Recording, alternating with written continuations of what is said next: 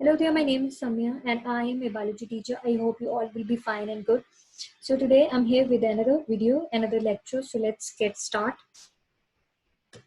जो आज की मेरी वीडियो इसका अनुमान है relationship of biology to other branches of sciences.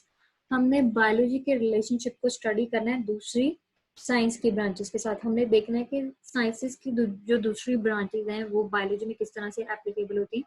तो सबसे पहले हम जाएंगे इंट्रोडक्शन की तरफ। Introduction.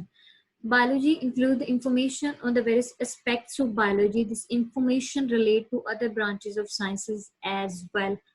बायोलॉजी में हमने क्या करना होता है, लिविंग ऑर्गेनिज्म जो होते हैं उनके डिफरेंट लाइफ एस्पेक्ट्स को, उनकी डिफरेंट चीजों को हमने स्टडी करना होता है। लिविंग ऑर्गेनिज्म को हमने इसमें बायोलॉजी में स्टडी करना होता है। वो जो नॉलेज है वो साइंस की दूसरी ब्रांचेस के नॉलेज के साथ भी रिलेट करता है, वो साइंस की दूसरी ब्रांचेस के साथ भी रिलेट करता है, इंटर रिलेट करता है। तो इस तरह से हमने देखना है। सबसे पहले हमारे पास आ रहा था इसके example, when we study the movements in animal, the biologists have to refer the law of motion in physics. जब हम ह्यूमन बीइंग की या लिविंग ऑर्गेनिज्म की मोशन को स्टडी करते हैं बायोलॉजी के अंडर, तो उन पे जो फिजिक्स के मोशन के लॉज हैं वो भी एप्लीकेबल होते हैं।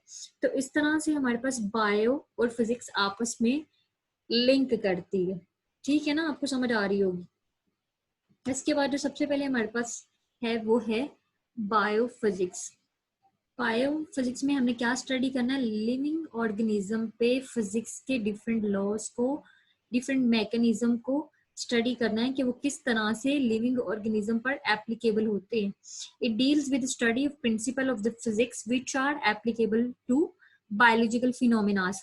हमने देखना है कि वो फिजिक्स के प्रिंसिपल, वो फिजिक्स के लॉज जो कि बायोलॉजिकल फिनोमेनास पे भी एप्लीकेबल होते हैं। इसकी एग्जाम्पल में हमारे पास आ जाता है, there is similarity between the working principle of lever and limbs of animal in biology. जिस तरह से हमारी लिम्स होती है ना, लिम्स, ये हमारी दो तरह की लिम्स होती है। एक होती है ह्यूमन बींग्स में अपर लिम्स, एक होती है लोअर लिम्स। अपर लिम्स में हमारे ये बाजू आ जाते हैं, ये हमारी मूवमेंट के लिए काम करते हैं, और लोअर लिम्स में हमारी लेग्स आ जाती हैं, इनका काम भी क्या है, मूवमेंट। सिमिलरली जो लीवर होता है ये भी मशीन में, इसका भी काम, ये डिफरेंट मशीन में यूज होता है, डिफरेंट मशीनरी में यूज होता है, ये बाइक्स में भी यूज होता है। इसका काम ये होता है कि स्पीड को कंट्रोल करना, मूवमेंट को कंट्रोल करना। ठीक है, तो इसका काम और हमारे जो टांगों और बाजुओं का जो हमारे लिम्स हैं इनका काम भी सिमिलर है। तो इस तरह से बायो और फिजिक्स एक दूसरे के साथ इंटरलिंक है। नेक्स्ट हमारे पास आ जाता है बायोकेमिस्ट्री। बायोकेमिस्ट्री में हमने क्या स्टडी करना है कि बायो में तो हम स्टडी करते हैं लिविंग ऑर्गेनिज्म को, उनके डिफरेंट मैकेनिज्म को, और केमिस्ट्री जब आ रहेगा तो इसका मतलब है कि लिविंग ऑर्गेनिज्म में डिफरेंट केमिकल प्रोसेसेस को हमने स्टडी करना है, डिफरेंट केमिकल्स को स्टडी करना है। ठीक है, तो it deals with chemistry of different compounds and processes occurring in living organism. Example हमारे पास आ जाती है, study of basic mechanism of photosynthesis and respiration involve the knowledge of chemistry.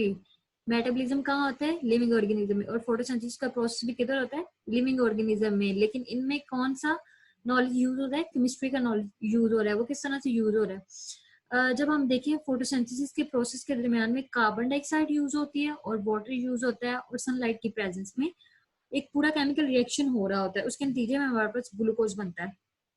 तो फोटोसिंथेसिस में क्या हो रहा है, एक केमिकल रिएक्शन ही हो रहा है ना, और केमिकल रिएक्शन किस में होते हैं, केमिस्ट्री में होते हैं। तो बायोकेमिस्ट्री में हमने लिविंग ऑर्गेनिज्म में होने वाले सारे केमिकल प्रोसेसेस को स्टडी करना होता है। नेक्स्ट हमारे पास आ गया बायोमैथमेटिक्स एंड बायोमेट्री। हाँ, इसमें आ रहा था deals with the study of biological process using the mathematical techniques and tool. वो बायोलॉजिकल प्रोसेसेस जिनमें मैथ्स की टेक्निक्स एंड टूल्स यूज होते हैं वो बायोमैथमेटिक्स में आ जाती हैं।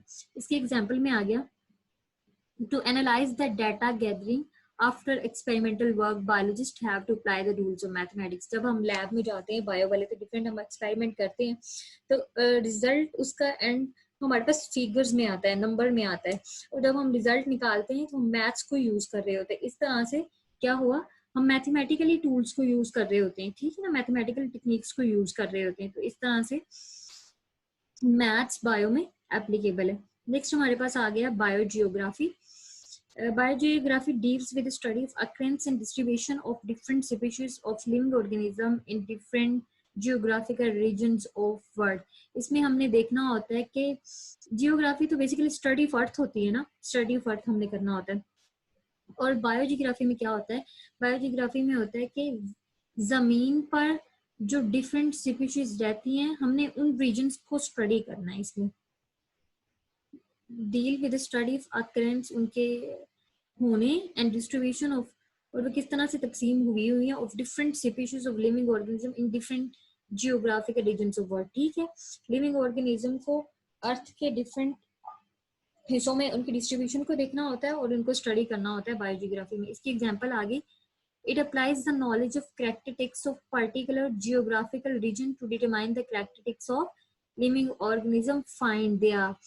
तो यहाँ पे हम माहौल के मुताबिक, जिस तरह के माहौल में एक बंदा रहता है या जिस तरह के माहौल में एक ऑर्गेनिज्म रहेगा, उसका बिहेवियर भी उसी के अकॉर्डिंगली आता है। और जिस जगह पे रह रहा है वो जियोग्राफिकल रीजन होता है ना, तो हमारा बिहेवियर डिपेंड कर रहा होता है हमारे उस रीजन में जहाँ पे हम रह रहे होते हैं। तो बायोजियोग्राफी में हमने क्या स्टडी करना होता है कि जो डिफरेंट स्पीशीज हैं वो डिफरेंट जियोग्राफिकल रीजन्स में रह रही हैं, उनको हमने स्टडी करना होता है। इसके बाद हमारे पास आ गया बायो इकोनॉमिक्स।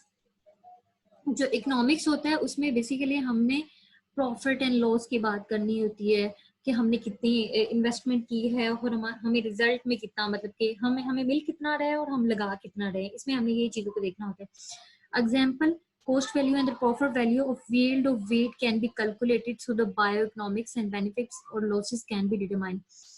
मतलब कि फॉर एग्जाम्पल कि कोई हमने एक कोई चीज उगाई, जैसे कि हमने यहाँ पे हमें एग्जाम्पल दी हुई है कि हमने गंदम उगाई है, तो हमने इसमें देखना है कि, और गंदम क्या है हमारे पास, ये लिविंग ऑर्गेनिज्म है, तो हमने देखना है कि इसको उगाने में हमने कितने पैसे लगाए हैं और अगर हम जब इसको फरोख्त करेंगे जाके मंडियों में तो हमें कितना गेन होगा।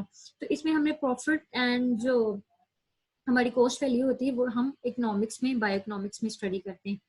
इसके बाद आ गया ये सेंटर में हमारे पास क्या है, बायोलॉजी। बायोलॉजी किन किन ब्रांचेस के साथ और भी इंटरलिंक करती है, इकोनॉमिक्स के साथ, बायोजियोग्राफी के साथ, बायोकेमिस्ट्री के साथ, बायोफिजिक्स के साथ एंड बायोमेट्री बायोमैथमेटिक्स का दूसरा नाम है। And next one is, if you like the video, then kindly like, comment, and subscribe my channel. Thank you, because your support is really mean to us. So please support me.